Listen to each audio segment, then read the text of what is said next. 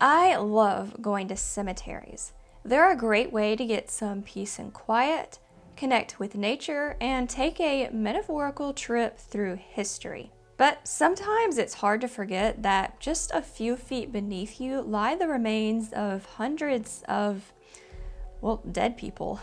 Maybe it's for this reason that cemeteries have a reputation for some strange goings-on. Here are 4 creepy haunted cemeteries from around the world. The Salem witch trials represent a dark chapter of early American history. In 1692, 180 people in Salem, Massachusetts, most of them teenagers, were accused of witchcraft. 19 of these people were ultimately hanged, and one of them was pressed to death, 81-year-old Giles Corey. As Corey died a slow, agonizing death, he was quoted as only saying more weight, as heavier stones were gradually pressed on top of him. Before he died, he reportedly put a curse on every future sheriff in Salem. The curse is said to have been lifted in the 1990s when the sheriff's office moved. After his death, Corey would be buried in the field that would become Branch Street Cemetery in 1801 and Howard Street Cemetery in 1828.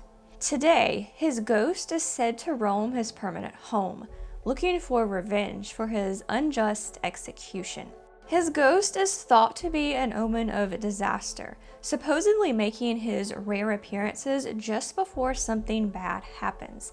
The earliest sighting I could find was right before the Great Salem Fire of 1914, which killed 3 people and injured 60 more. Probably the most well-known place on this list, the catacombs were consecrated as the Paris Municipal Ossuary in 1786. Today, they get over 500,000 visitors a year who come to see the millions of bodies decoratively arranged in bizarre yet morbidly fascinating ways. With so many human remains arranged so unusually, it's no surprise that the catacombs have their share of ghostly legends. Stories range from EVP anomalies to orb and mist photography. Rumor has it that if you go down to the catacombs after midnight, the walls will speak to you, with disembodied voices that try to confuse you and get you lost in the maze of tunnels and labyrinths. The only actual ghost story that seems to be associated with the catacombs is that of Philibert Aspairt, who got lost down there in 1793 and never made it out. His body was found a few years later in 1804 and buried in the same spot.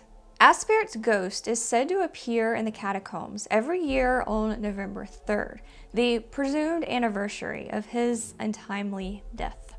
A fun side note, Aspairt also appears in the popular video game franchise Assassin's Creed. There is one more creepy story associated with the catacombs, but it's more urban legend than paranormal. People say there's a videotape made by a man exploring the catacombs in the 1990s.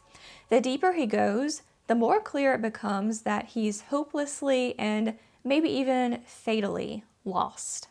It's not clear who the man is, what happened to him, or even if the footage is real. But it definitely plays on the found footage craze of the time, as well as the fear of getting lost in this vast underground maze and never being able to find your way out. I've talked before on this channel about the vampire of Highgate Cemetery, but Highgate is not the UK's only graveyard with rumors of this sort. Already a pretty decent tourist attraction in Scotland, the Glasgow Necropolis had its first burial in 1892. Over 50,000 people are buried there now, but do some among the undead also call this place home? There are several rumors of typical hauntings here, including moving gravestones, a ghost boy, and a woman in white. But the most famous legend is that of the Gorbals vampire. This monstrous creature is said to be 7 feet tall, with iron teeth and glowing red eyes. As the story goes, 2 children in the 1950s were killed by the vampire. When their classmates heard about this, they descended in a mob upon the cemetery to rid the world of the vampire once and for all. Sources vary on exactly how many kids were there, anywhere from 50 to 400. The hunt was ultimately broken up by either the police or a local teacher, again depending on what source you look at. Another source said the group only dispersed when it started to rain. The legend supposedly still crops up from time to time, but information on any specifics is sorely lacking online. So where did it come from? Some people have suggested stories of the Gorbals vampire derived from an earlier legend about a witch who ate children in the 1800s. Author David Castleton speculates that the legend rose from the impoverished Scottish district that gave the Gorbals vampire its name.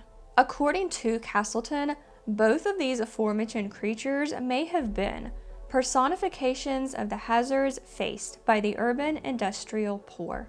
Today, most people chalk up the Gorbals vampire legend to mob mentality and mass hysteria. But you never know. The vampire could still be lurking out there somewhere. Women in white are a pretty popular staple in discussions on the paranormal. I've talked about them numerous times on this channel. And Union Cemetery in Easton, Connecticut has yet another one of these legends to add to the list. There are a few different versions of the story, but most of them involve these basic details. A man is driving alone at night on the road by the cemetery.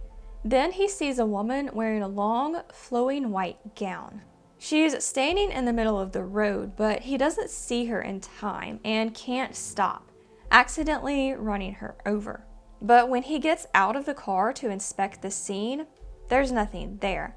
Sometimes there's even damage to his car, but the woman in white is nowhere to be found. So who is this woman in white? What could she have possibly gone through in life to cause her to want to stay behind and terrorize motorists in the afterlife? Nobody knows for sure, but there are a few theories. One is that the woman killed her husband. Another is that she was killed and her body was dumped near the cemetery. Others believe she died in childbirth and wanders the cemetery in the afterlife, looking for her baby. Some have suggested Harriet Seeley as the identity of the woman. Harriet gave birth to a baby boy who died on May 21st, 1853.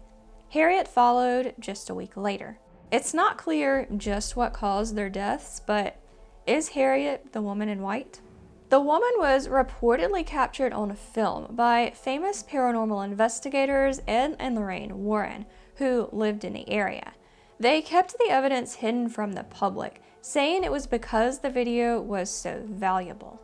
It's no secret that the Warrens are controversial, with a simple Google search pulling up multiple results suggesting their entire body of work was fraudulent, and keeping their supposed ghost evidence under lock and key is a bit odd. But as always, I will let my viewers decide for themselves what they believe. Other reported paranormal activity at the cemetery includes phantom whispers and voices, orb photos, and a ghost named Red Eyes who peers at people from bushes. That's creepy. The ghost is said to be that of Earl Kellogg, who was supposedly killed across the street from the cemetery in 1935. Nothing is readily available online that suggests the existence of Earl Kellogg or a murder that fits this description. Have the records just never been archived online, or is this story nothing more than a legend? So those are all the haunted cemeteries I have for you today. Let me know in the comments if you've ever experienced anything paranormal at any of these locations. Thanks for watching and have a creepy day. Bye guys.